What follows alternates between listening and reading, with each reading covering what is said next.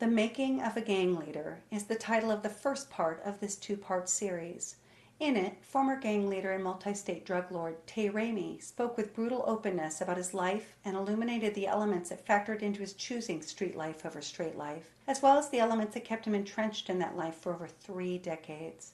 In this segment, Tay speaks with equal openness about the factors that supported his transition to the straight life and the intense grief and challenges that he has experienced during this transition. Tay comes to us from Mule Creek State Prison in California. I fell out of love with the organization, into love with the woman who lived a legal life, and there was no going back.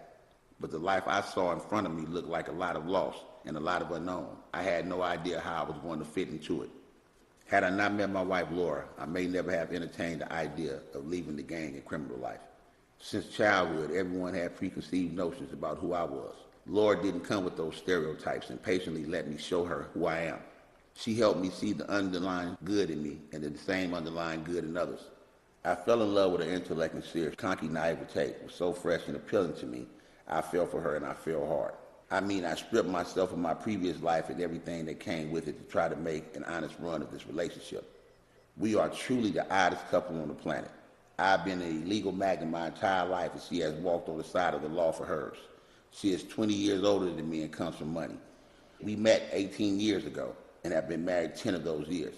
Apart from my grandmother, she is the nicest and gentlest person I have ever known. We have taught each other a great deal that I don't envision a life without her. But it's very painful at times because I have so little to offer her from my position in prison.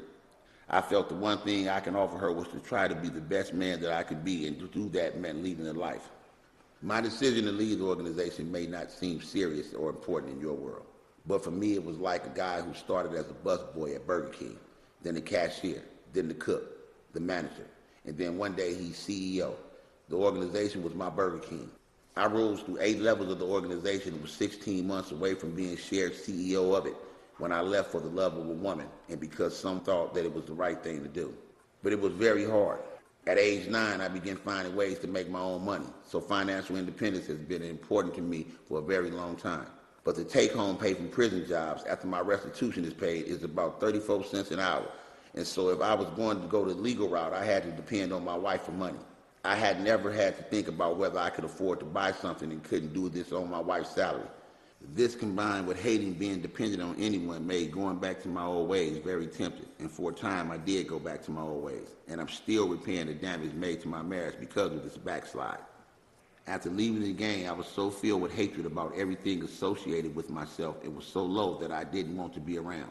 But I was too much of a coward to take my life the conventional ways. So I thought I'd destroy myself from the inside out with hard drugs, which I hadn't used since my experimentation as a young teen. I chose meth as my method of slow suicide. But lying to my wife and mother, 2 women who had never been anything but loving and kind to me, got to me. One day I realized that I didn't like the person that I had become, and I never touched meth again after that day.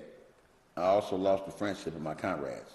Some of them looked down on my decision, and some wished that they had the courage to do what I was doing. But regardless of their viewpoint, I had broken my vow to be part of the brotherhood for life, and that made me an outcast with guys who had been in my life for decades. At the same time, I was moved to an S&Y yard which protect gang defectors from the wrath of gangs that they left. But S&Y yards were originally created to protect child molesters and homosexuals from the hostility of the general population. So I was now in the company of child molesters, which was uncomfortable for me and would blow to my pride.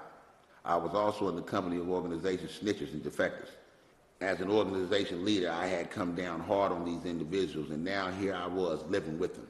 But as hard as it was for me, it's even harder on others who leave gangs because in order to get the protection of an S&Y yard, prisoners require former gang members to give insider information on their gangs.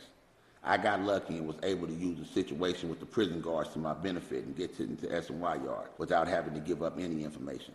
Because of this, I was able to maintain some dignity when I left. Most guys who leave gangs lose everything that I lost and their dignity too, and there's a lot of grief in that. When a member of the Dagara tribe of West Africa breaks the rules, the consequence is that the entire tribe encircles the man, tells him what they appreciate about him, and then sing him a song written just for him that was assigned to him before his birth. The goal of this ritual is to remind the man who he really is, of his gifts, innate goodness, and purpose in this world.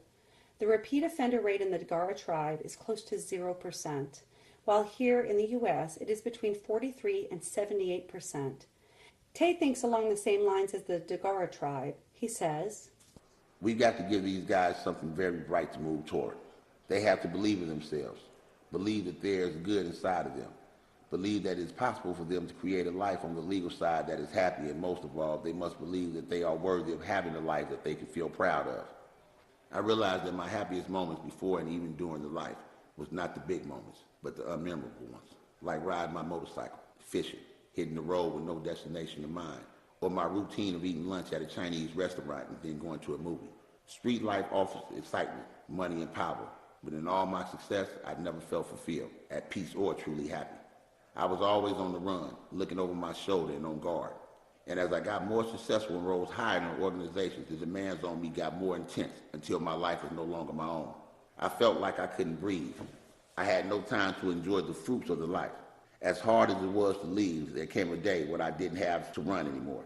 I didn't have to put out fires or respond to dozens of organizational issues or take care of loose cannons.